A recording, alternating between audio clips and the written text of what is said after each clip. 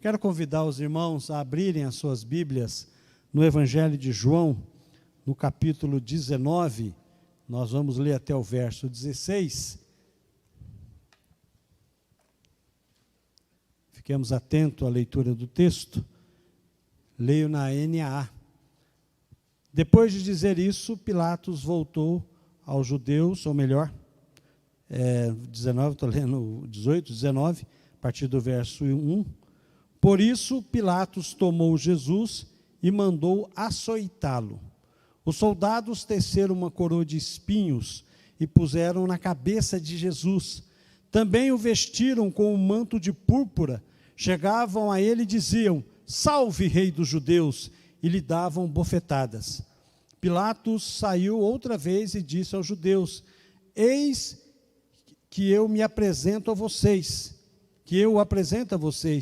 para que saibam que não encontro nele crime algum. Então Jesus saiu trazendo a coroa de espinho e o manto de púrpura, e Pilatos lhes disse: Eis o homem. Quando viram Jesus, os principais sacerdotes e seus guardas gritaram: Crucifique, crucifique. Pilatos repetiu: Levem-no daqui, vocês mesmos, e crucifiquem, porque eu não encontro nele crime algum. Os judeus responderam: Temos uma lei, segundo essa lei, ele deve morrer, porque ele se fez filho de Deus. Pilatos, ouvindo tal declaração, ficou ainda mais atemorizado, e entrando outra vez ao pretório, perguntou a Jesus: De onde você é? Mas Jesus não lhe deu resposta. Então Pilatos advertiu: Você não me responde? Não sabe que eu tenho autoridade tanto para soltar você, como para crucificá-lo? Jesus respondeu: O Senhor não teria nenhuma autoridade sobre mim, se de cima não lhe fosse dada. Por isso, quem me entregou ao Senhor tem maior pecado. A partir desse momento, Pilatos queria soltá-lo, mas os judeus gritavam: Se você soltar este homem, não é amigo de César. Todo aquele que se faz rei é contra César. Quando Pilatos ouviu essas palavras, trouxe Jesus para fora, sentou-se no tribunal, no lugar chamado Pavimento, em hebraico Gabatá, e era a preparação da Páscoa por volta do meio-dia.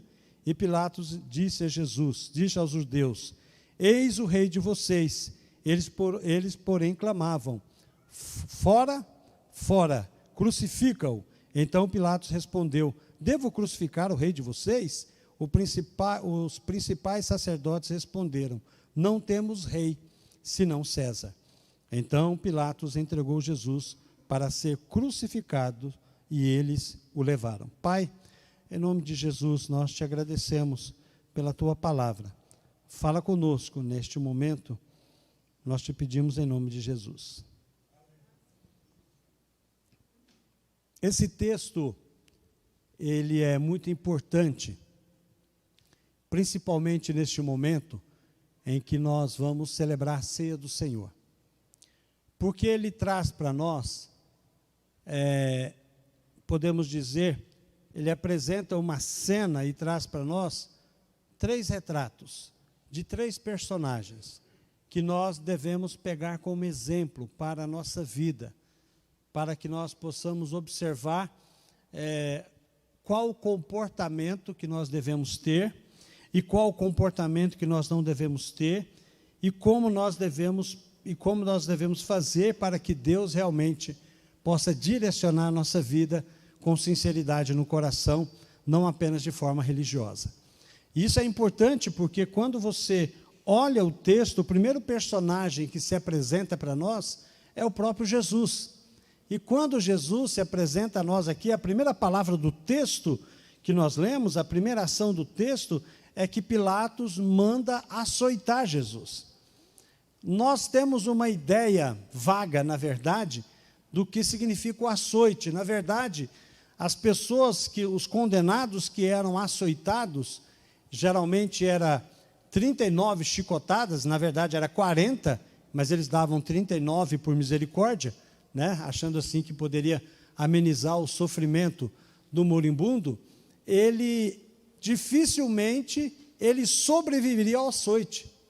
Normalmente, a pessoa que era açoitada, o condenado, e lembre que aquele que era açoitado, que era crucificado, era o pior criminoso que existia.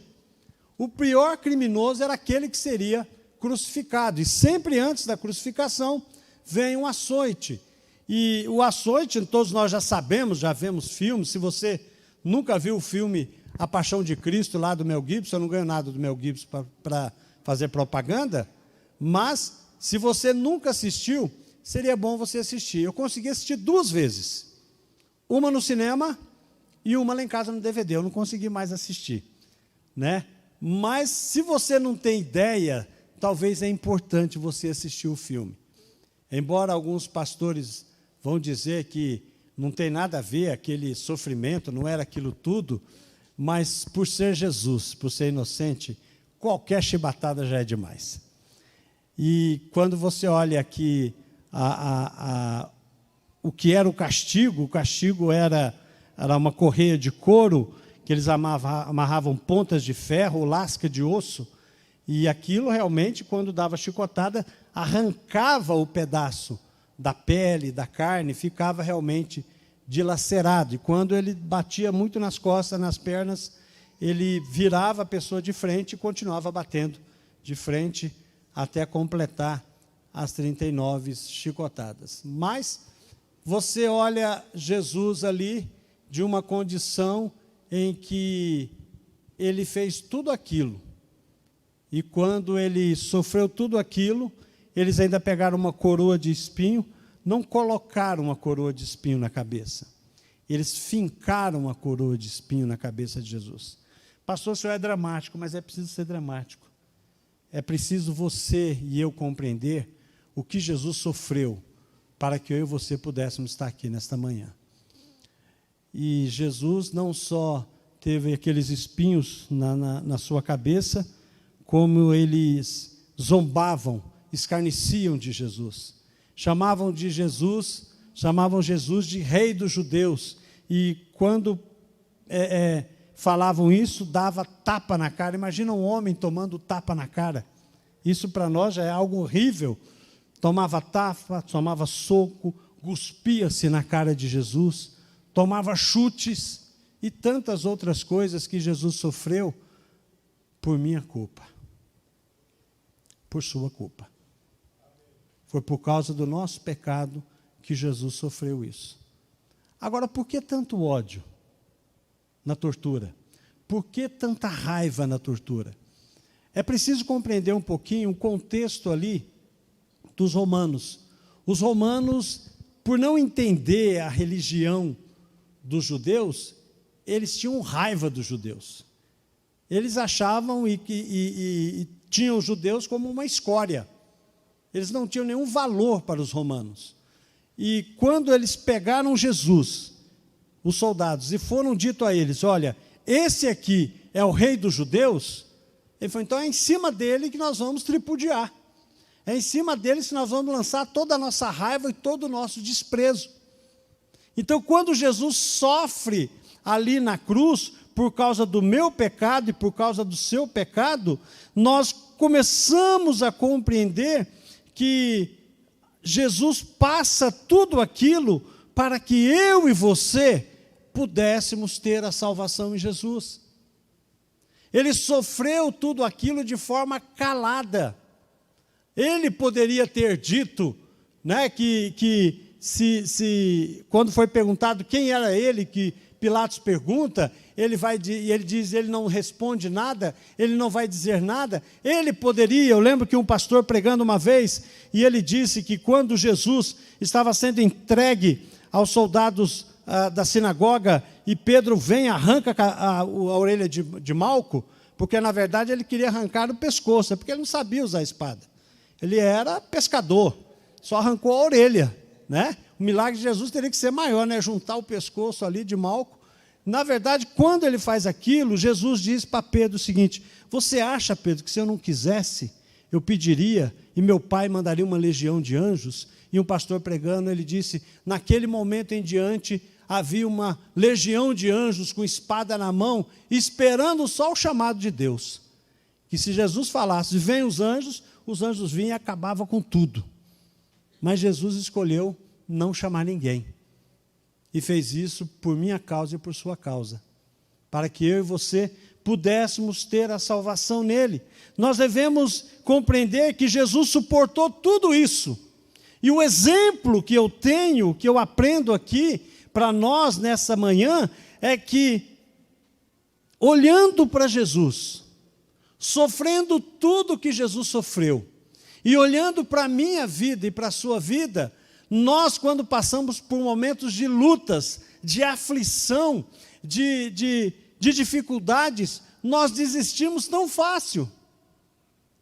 Por muito menos, eu e você deixamos de orar. Por muito menos, eu e você negligenciamos a nossa comunhão com Deus. Por muito menos, eu e você não nos preocupamos e não queremos ter uma vida de comunhão com Deus, com muito menos. Nós achamos que somos muito especiais. Nós achamos que porque nós fazemos algumas jornadas de oração, ou porque nós dedicamos um tempo de oração, ou porque nós dedicamos um tempo de comunhão com Deus, de leitura da palavra, ou porque nós entregamos o nosso dízimo, ou porque nós ofertamos, ou porque nós abraçamos a causa da igreja e do reino de Deus, achamos que nós não podemos sofrer, e isso não é verdade. O próprio Cristo sofreu, e eu e você somos servos. Se o nosso Senhor não foi poupado, por que que nós achamos que seremos poupados?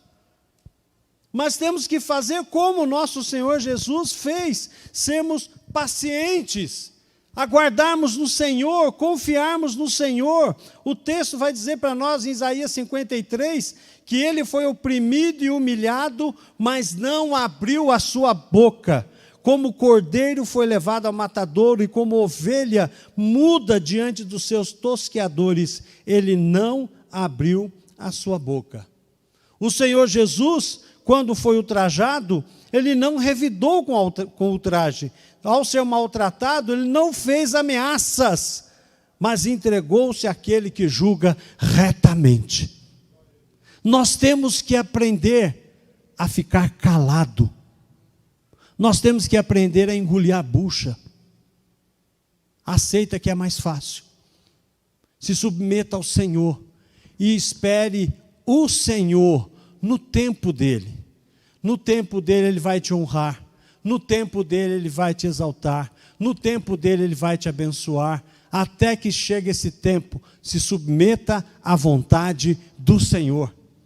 E é isso que Jesus fez, e é esse o exemplo que ele dá para nós, que você nesta manhã, que vai celebrar a ceia, que está aqui celebrando a ceia nesta manhã, que você compreenda isso, pense nisso, neste momento de celebração da ceia, porque é isso, esse momento da ceia é exatamente para isso, é para que nós possamos rever as nossas vidas, ver o exemplo de Jesus, o que ele nos ensina e como nós devemos nos comportar, pedir a Deus perdão. Senhor, eu tenho sido impaciente, mas acalma o meu coração. O reino é teu, a vontade é sua, a obra é sua, e eu sou apenas o seu servo. Que nós possamos ter essa compreensão que o nosso Jesus está ensinando para nós aqui.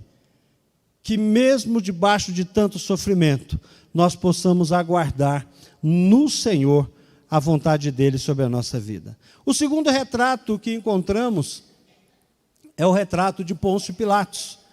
Nós vemos aqui o governador romano, um homem de status elevado, representando o mais poderoso império daquela época, um homem que deveria ser fonte de justiça e equidade, um homem que deveria ser aquele que ia julgar retamente, mas era um homem fraco. Era um homem fraco. Embora estava numa posição muito alta, era um homem fraco, um homem que estava hesitando entre fazer a verdade ou atentar para a sua própria vontade, querendo agradar a outros. Quando nós olhamos Pôncio Pilatos, nós vemos um homem que deveria de fazer justiça, mas prefere agradar a si mesmo e a outros. Temendo os homens, ele sacrifica a justiça. Motivado por covardia, ele aprova um crime gravíssimo. E por amar a opinião dos homens, mais do que amar a Deus, Pilatos apoia o assassinato de um inocente, que ele sabia que era inocente, que na verdade todos sabiam que era inocente. E ele aceita então a chamada daqueles homens para condenar Jesus.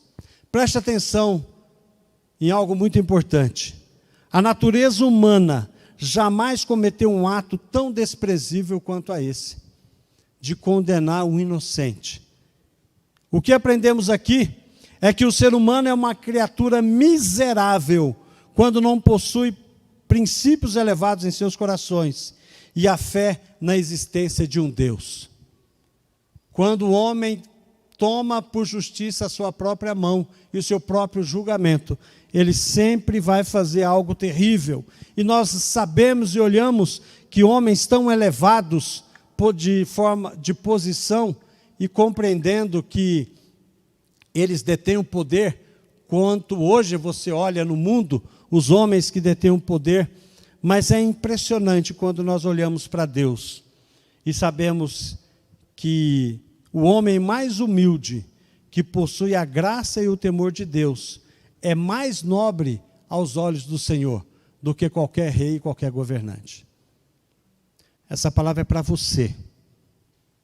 Se você teme a Deus, não importa qual a posição que você ocupa, se você teme a Deus e se você se submete à palavra dele, você é muito mais nobre que qualquer rei ou governante. Pense nisso. E Pôncio Pilatos, infelizmente, decidiu condenar um homem divino, alguém que era especial. Veja só o que diz o texto a partir do verso 6. Quando viram Jesus, os principais sacerdotes e os seus guardas gritaram: crucifique, crucifique. Pilatos repetiu: levem-no daqui, vocês mesmos, e crucifiquem, porque eu não encontro nele crime algum. Os judeus responderam: temos uma lei, segundo essa ele deve morrer, porque se fez filho de Deus. Pilatos, ouvindo tal declaração, ficou ainda mais atemorizado. E entrando outra vez para o pretório, perguntou a Jesus: de onde você é? Ele está intrigado. Ele falou: de onde que vem esse homem que não se defende? Por que eles querem condenar esse homem que não tem pecado algum? E ao mesmo tempo em que ele apresenta Jesus chagado, todo machucado, sangrando, com o espinho sobre a sua cabeça, a coroa de espinho, ele traz esse condenado para que pudesse haver misericórdia da parte dos judeus. Ao ver aquele homem sofrendo, talvez eles tenham misericórdia, mas quando alguém não tem Jesus no coração, ele é completamente insensível à dor do outro. E ao mesmo tempo que ele teme pelo fato de estar condenando um homem inocente, e quando ele faz a pergunta a Jesus não responde, ele vai dizer: você não me responde? Não sabe que tem autoridade tanto para soltar você como para crucificá-lo? Jesus respondeu: o Senhor não teria nenhuma autoridade sobre mim, se de cima não lhe fosse dada. Quem é Pilatos na fila do pão? Quem é Pilatos? Quem é os governantes deste mundo? Quem é o Hamas? Quem é os líderes da Palestina, ou de Israel, ou da Rússia, ou da Ucrânia, ou do Brasil? Quem são esses homens? A coroa desses homens vão se apodrecer, e a coroa de Jesus continuará no lugar em que deve estar ainda, cumprindo a sua missão. É por isso, meus irmãos, que nós precisamos compreender e devemos orar para que, a partir da nossa vida, nós possamos agir com sinceridade na presença do Senhor. Ser convictos naquilo que o Senhor deu para nós. Ter convicção dos princípios da palavra de Deus que o Senhor coloca sobre a nossa vida. Que eu e você não venhamos a vender a nossa fé, a nossa convicção, para ter favor de outras pessoas. Pilatos deveria ser um homem justo, correto, mas ele foi um homem que escolheu condenar um inocente. Mas lembre-se de algo muito importante. Nós olhamos toda essa situação e compreendemos no final que é Deus quem está nesse propósito. É Deus que está no propósito de fazer cumprir a vontade dele para que o seu plano de salvação fosse realidade em nossa vida. Se Jesus dissesse, venham os anjos e me liberte dessa cruz, desse sofrimento, certamente os anjos viriam, mas acabaria a humanidade ali. Porque eu creio que lá no Getsêmani, quando Jesus orava a Deus, eu creio que Deus poderia ter falado assim. Eu penso, né? A gente fica pensando. Deus poderia ter falado para Jesus, se você não quiser, tudo bem, mas acaba a história aqui, nós vamos ter que acabar com todo mundo aqui, e acabou a história desse povo aqui. Mas Jesus vai dizer, seja feita a tua vontade, não a minha. E Deus cumpriu a sua vontade. E nós aprendemos que Deus é soberano. Deus é soberano. A vontade dele será feita, sempre. Ele está com as nações nas suas mãos. Ele está com a minha vida e a sua vida nas mãos dele. E ele sabe o que faz. O que nós precisamos fazer, eu e você, é pedir a Deus que possamos ser homens e mulheres de Deus que andem dentro da vontade de Deus, mesmo que o preço que seja pago seja preço de sangue. Que eu e você não venhamos a vender aquilo que o Senhor tem nos dado. Que eu e você não venhamos a desprezar a vontade do Senhor em nossas vidas. Nós aprendemos aqui que nós precisamos ter consciência da nossa condição, da nossa posição como filhos de Deus e a nossa responsabilidade como filhos de Deus para fazer cumprir a vontade de Deus em nossa vida, a partir da nossa vida, não importe o preço que vamos pagar para que isso seja realizado. E que nós não sejamos, como diz o popular aí, vendidos, como Pilatos foi um vendido. Em terceiro e último lugar, o terceiro retrato que nós encontramos aqui é do povo judeu, que passa ali 3, 4 horas, pelo menos, dizendo, Jesus deve morrer, crucifica Jesus. E eles são tão falsos, os judeus, que eles chegam a dizer, eles sempre condenaram César, nunca quiseram saber de César, nunca quiseram ter comunhão, mas quando foi conveniente para eles, sabe o que eles disseram? O nosso rei é César. Olha o tamanho da blasfêmia. O rei do povo de Israel sempre foi Deus. E por uma questão política e de conforto pessoal, aqueles homens vão dizer que o rei deles é César. É a mesma coisa que você dizer o seguinte, quem comanda a minha vida é o capeta. É o crente fazendo isso. Eu tenho Jesus como Salvador, mas quem dirige a minha vida é o diabo que vai dirigir a minha vida. Isso é uma blasfêmia. Isso é algo terrível, é desprezível.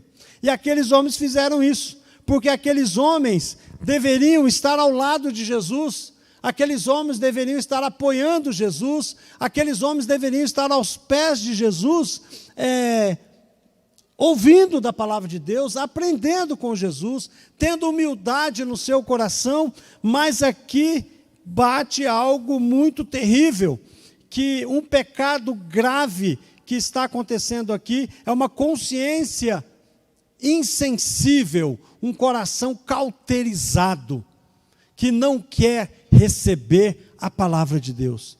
embora, enganando-se, acham que estão fazendo a vontade de Deus. E esse é um perigo muito grande.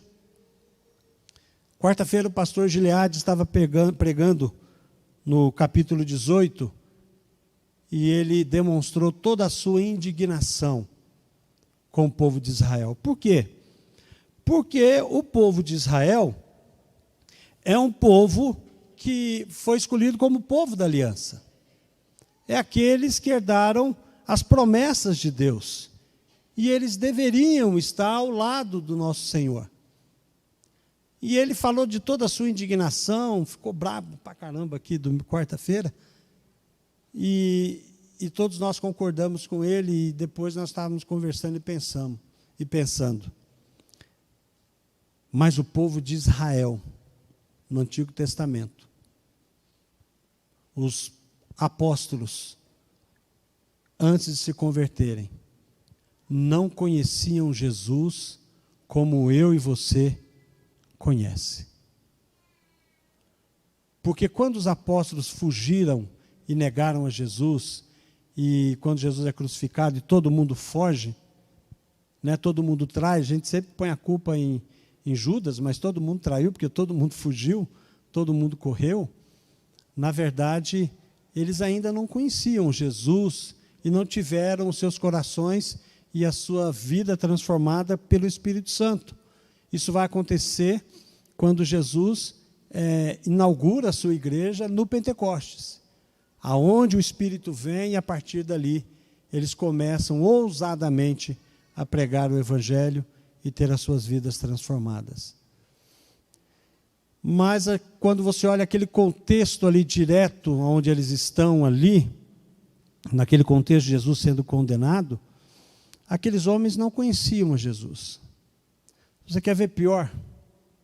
Eu e você conhecemos já Jesus, fomos lavados pelo sangue de Jesus, recebemos Jesus como Salvador e Senhor, temos a clareza das Escrituras à nossa disposição, lemos a Bíblia, conhecemos a vontade de Deus, e tantas vezes nós traímos a Jesus. Tantas vezes nós dizemos não a Jesus. Pastor, quando é que eu digo não a Jesus? Você diz não a Jesus todas as vezes que você escolhe pecar. Você diz não a Jesus e recusa a obra de Jesus todas as vezes que você ouve o seu coração, ao invés de você ouvir a sua razão. Você recusa Jesus, você nega Jesus, você se afasta de Jesus todas as vezes que você permite que o pecado coloque uma canga novamente no seu pescoço. E Paulo nos alerta, olhe, não se deixe novamente ser escravizado pelo pecado. E tantos crentes que conhecem a Jesus como Salvador, conhecem a obra do Senhor, experimentaram e permite ainda que o pecado tome conta do seu coração.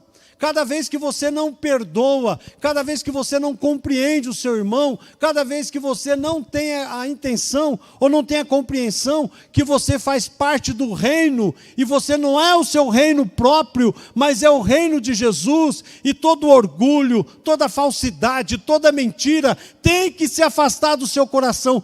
Cada vez que você permite que algo esteja na sua vida, você está traindo Jesus. Então não somos menos pecadores do que aqueles judeus e fariseus. Não somos menos. Que nesse momento em que você vai celebrar a ceia do Senhor, você tenha consciência, você faça um exame do seu coração, da sua vida, do seu comportamento diante do reino, do seu comportamento diante da sua família. Faça uma avaliação, peça para Deus dar clareza na sua mente, no seu coração, mesmo que tudo que você vê seja podridão. Peça perdão a Jesus e deixe Deus transformar a sua vida. É por isso que muita gente que está na igreja, às vezes está tão longe de Deus. Deus não nos chamou para fazer obra. Deus nos chamou para estar em comunhão com Ele. É nós que às vezes envolvemos tanto na obra de Deus, mas estamos tão longe de Deus. Não somos menos pecadores, meus irmãos. Eu acho que somos mais, porque Jesus mora no nosso coração e a gente tem a clareza e a iluminação do Espírito Santo para aprender a palavra de Deus e aplicar ela na nossa vida. 3 retratos de 3 personagens que estão em nossas vidas. Queremos fazer a vontade do Senhor como Jesus o fez. Muitas vezes não temos firmeza nas convicções que o Senhor nos dá, como Pilatos não tinha na convicção de ser um homem justo. E tantas vezes traímos Jesus, como os fariseus traíram Jesus. Que Deus tenha misericórdia da nossa vida, meus irmãos. Nós estamos vivendo um tempo em que a igreja de Jesus está sendo atacada pelo esfriamento do amor, da fé, da comunhão. Estamos mais preocupados com os TikToks da vida do que ter um momento de oração com o Senhor. Estamos tão preocupados em elevar a nossa posição, em podermos aparecer para as pessoas e esquecemos que nós temos que nos mostrar de joelhos para o nosso Senhor Jesus. E eu me incluo aí. Isso tudo que eu estou falando para os irmãos é a partir da minha vida. Que Deus tenha misericórdia da minha vida, para que eu ande na presença do Senhor como o Senhor quer, não como eu devo, não como eu acho que devo. Porque o que eu acho e o que você acha é trapos de imundícia. O que vale aqui é a vontade do Senhor e a palavra do Senhor. O Senhor Jesus sofreu tudo isso. Não é para me ter uma vida mesquinha, mas é ter uma vida que vale a pena viver para honrar e glorificar o nome do Senhor.